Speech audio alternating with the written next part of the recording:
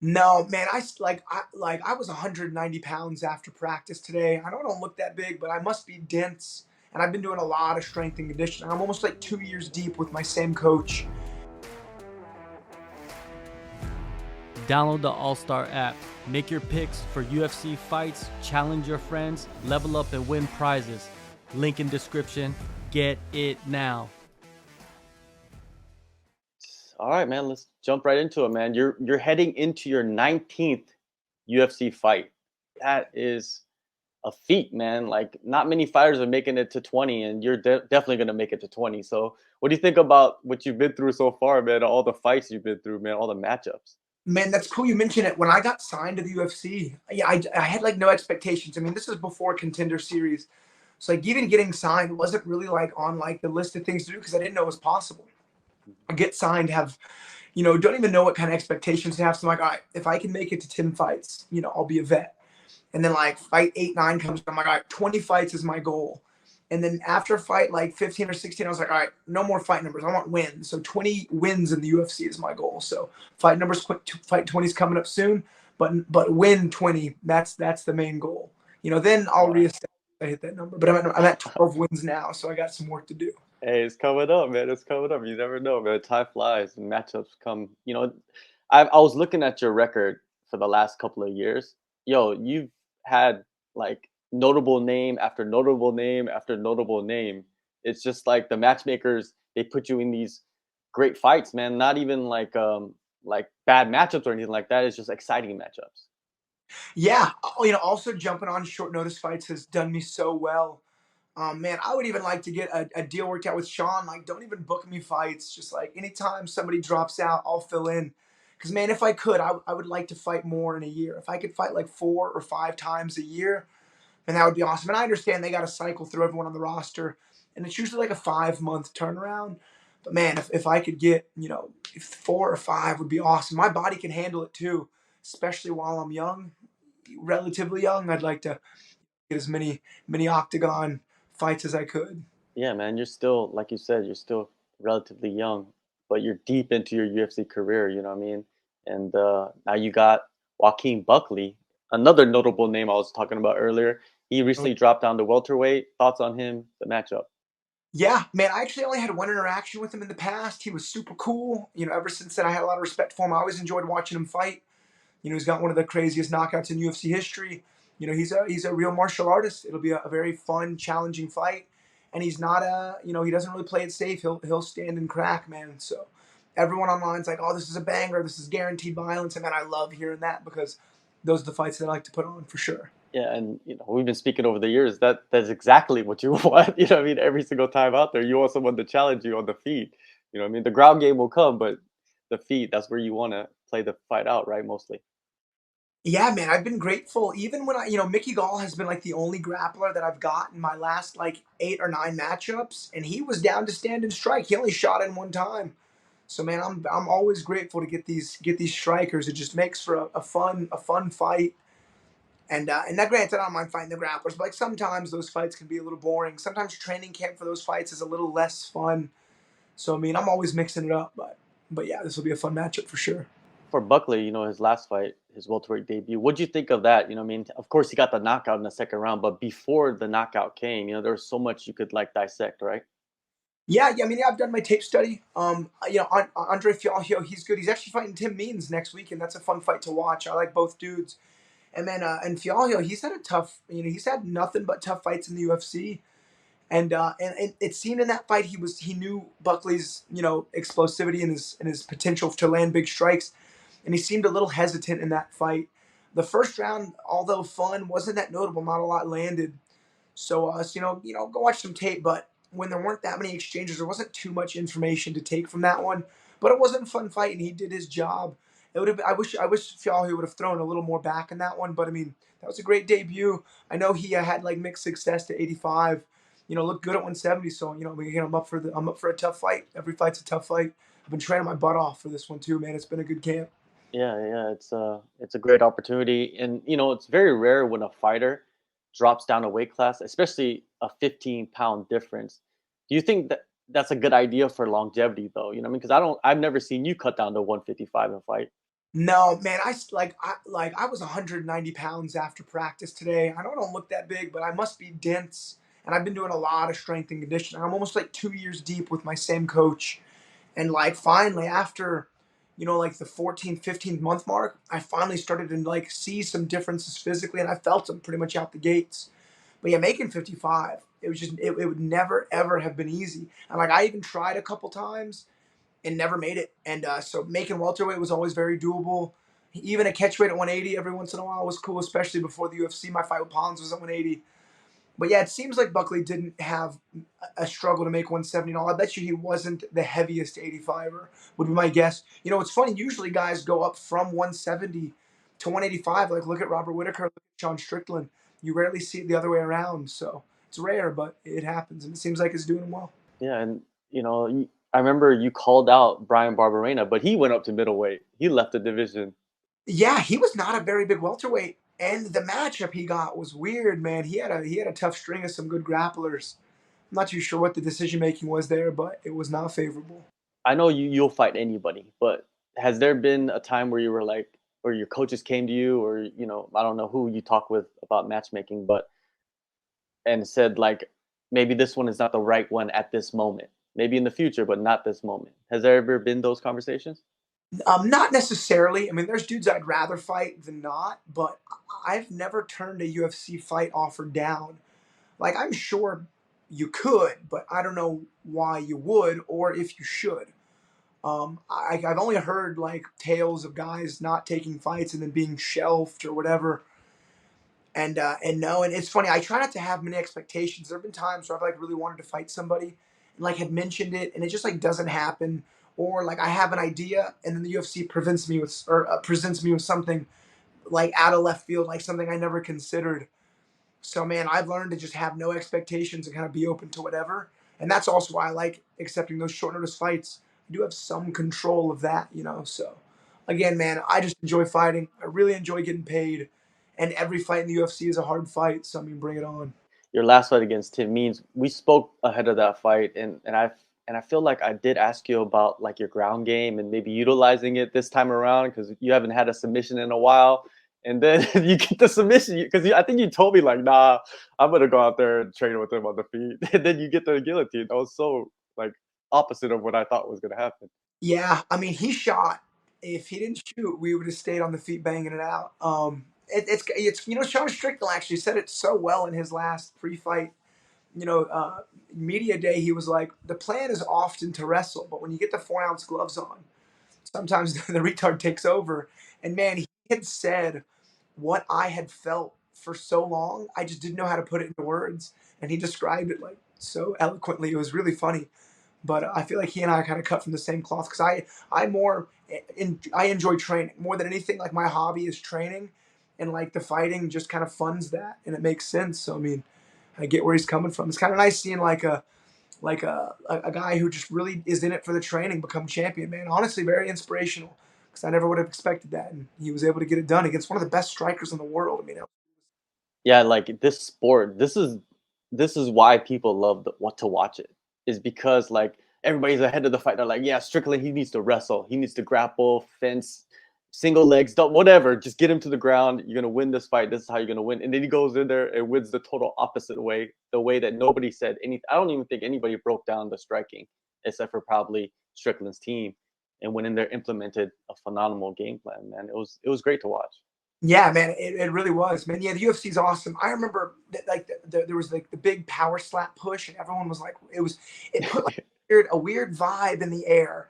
But then Yeah. that weekend was Islam Makhachev versus Volkanovski, Mhm. and that whole card was a banger. I remember Jimmy Crute and Alonzo Minifield opened up the show, Yeah. and it was banger after finish after banger. And like seeing how awesome the UFC fights were, kind of like set the mood right again.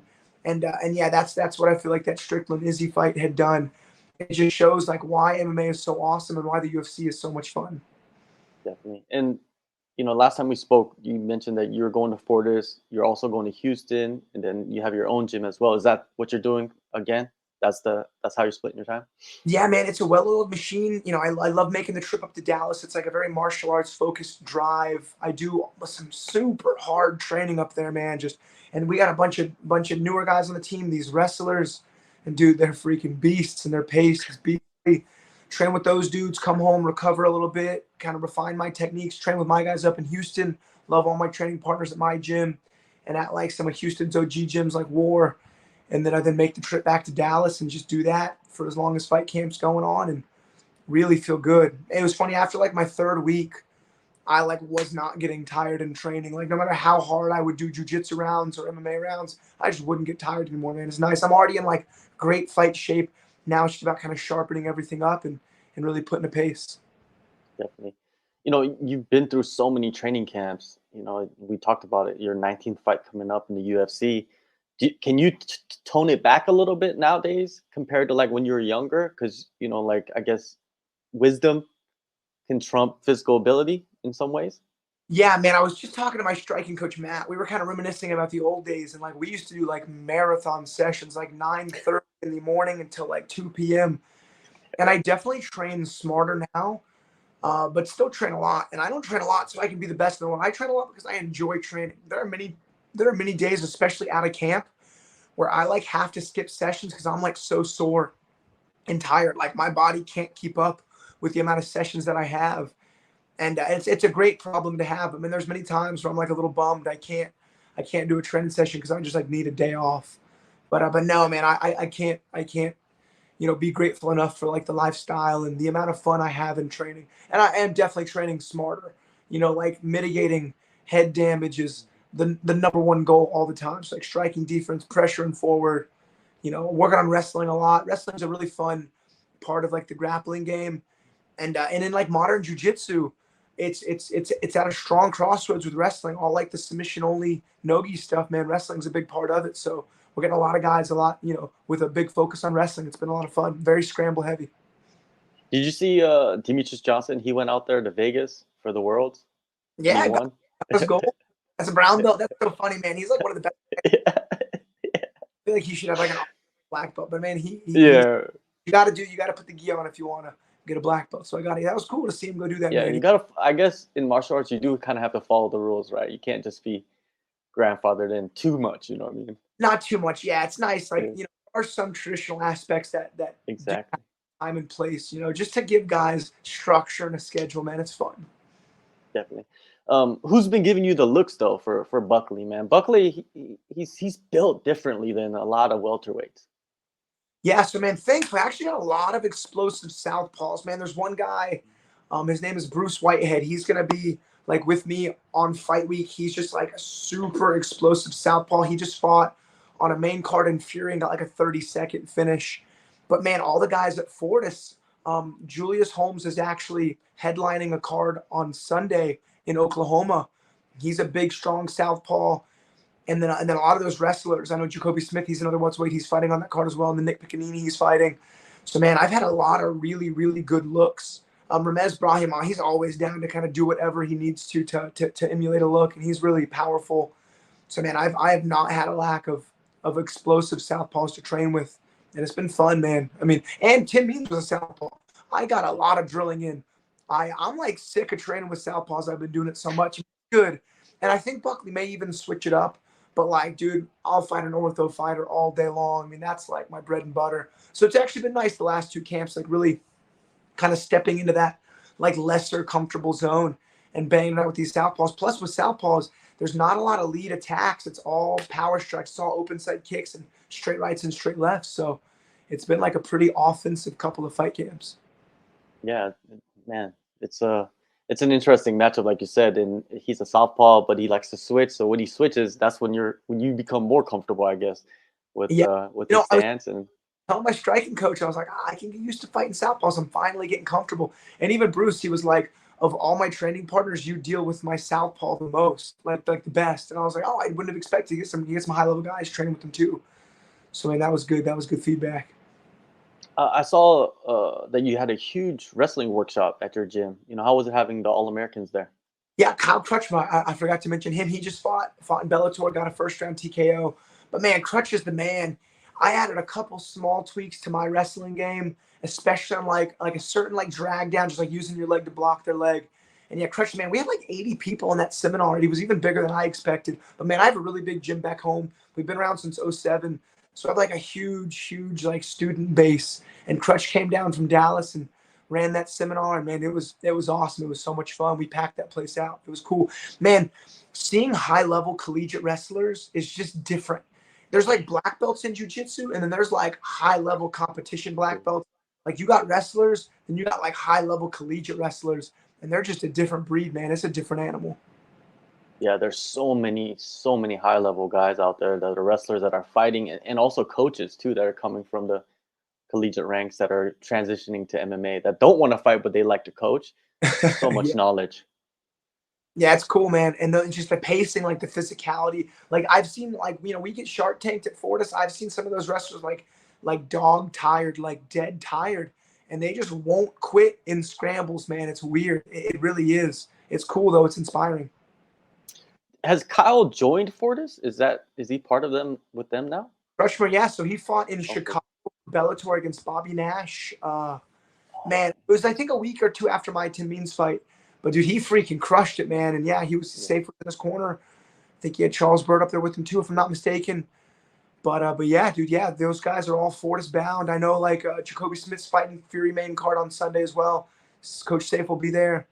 Those guys are like they're Solid additions. Hell yeah. Solid additions right there, man. And Ramis, man, we haven't seen him in a while. Like, what's the update on him? Yeah, he was supposed to fight Carlston Harris, but man, he had a pretty bad injury. I don't like to go into detail; it's not my place. Yeah. But thankfully, hey, man, he has recovered from it. I know he's looking to fight soon. But dude, he's one of like the nicest dudes ever, but one of the best teammates. He'll go ortho, he'll go southpaw, he'll wrestle super hard and grapple hard, he'll strike with you. Mez is the man, like good dude and a great teammate. And dude, he'll push a freaking pace too. Yeah, I can't wait to see him back, man. He's been having some bad luck as of late, I believe. And Yeah, man, you want to see guys. couple tweaks here and there, but that's part of the fight game. Yeah, nothing new for him, man. Didn't he? Like I remember at the start of his UFC career, he had something like a tumor, something, right? Yeah, for his contender fight, like in Nevada, you have to get an MRI on your head. That's good for every 5 years. And they had actually found something that he had to get operated on. So I actually complain about doing medicals. What's funny, I was at a clinic earlier today getting some blood drawn for my medicals. I used to complain about it all the time. But then after Ramez had that find and they got it fixed, I stopped complaining because if there is anything wrong with me, it'll at least get found. Whereas if I didn't have to do this, I probably wouldn't go get, examined. So I was just grateful that, the fighters are looked out for. And if there is anything up, we'll at least catch it early. So I'm grateful for that. Yeah, definitely. And man, this fight coming up, I always know that you're ready for a 3-round war. You want to strike, you want to bang. But man, I feel like the submission is there in this one. You know what I mean? If it presents itself, you know what I mean? Like the knockout, there's so many options for you, I feel like, in this one. Agreed. Yeah, that's why again, like having open expectations is good. I'm ready to go, take this fight anywhere. I wouldn't be surprised if he looked to wrestle as well. I had a couple friends predict that's what he would try to do if my movement was on point. So yeah, man, just like the knockout's awesome. That's like a gold medal, but a finish, man, any finish is great. And then if the finish isn't there, man, just a win. Just in MMA, it's just winning is the most important thing. Winning is safety, losing is damage. Winning gets you paid double. I'm going to fight how in any way, any fashion. Yeah, definitely. Triple. You want that triple check, right? Yeah, The show, the win, and then the bonus, man. The big triple check, right? Man, October 7th, man, UFC Fight Night Las Vegas. Alex, man, thank you always, man, for taking the time. All the best in this fight coming up and reaching that 20 mark, man. I'm here for it. My man, I appreciate it so much, but it was always fun talking to you. Thank you.